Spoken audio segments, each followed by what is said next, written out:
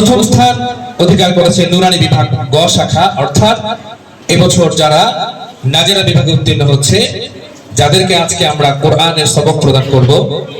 প্রথম স্থান অধিকার করেছে মোহাম্মদ ইব্রাহিম খান।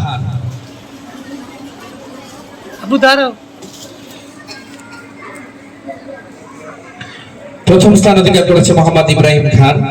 পুরস্কার তুলে দিবেন আজকের অনুষ্ঠানের মধ্যমণি হাফেজ মাওলানা সাইফুল ইসলাম সাহেব।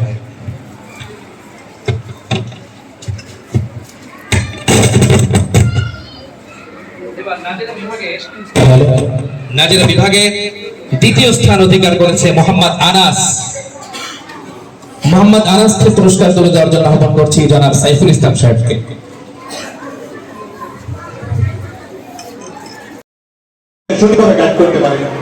আমাদের দায়িত্ব কি?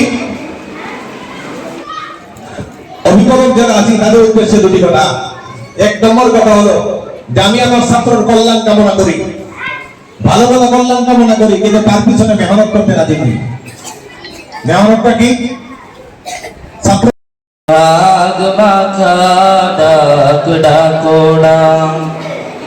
আজ কেন আমায় সোহাগ মাখা ডাক ডাকোড়া, মায়ার জল দিয়ে মাই দেখে হৃদয় থেকে দূর তো সব আধার, তোমার গায়ে হাত না রেখে গুম হতো না আমার, তোমায় দেখে হৃদয় থেকে দূর হতো সব আধার।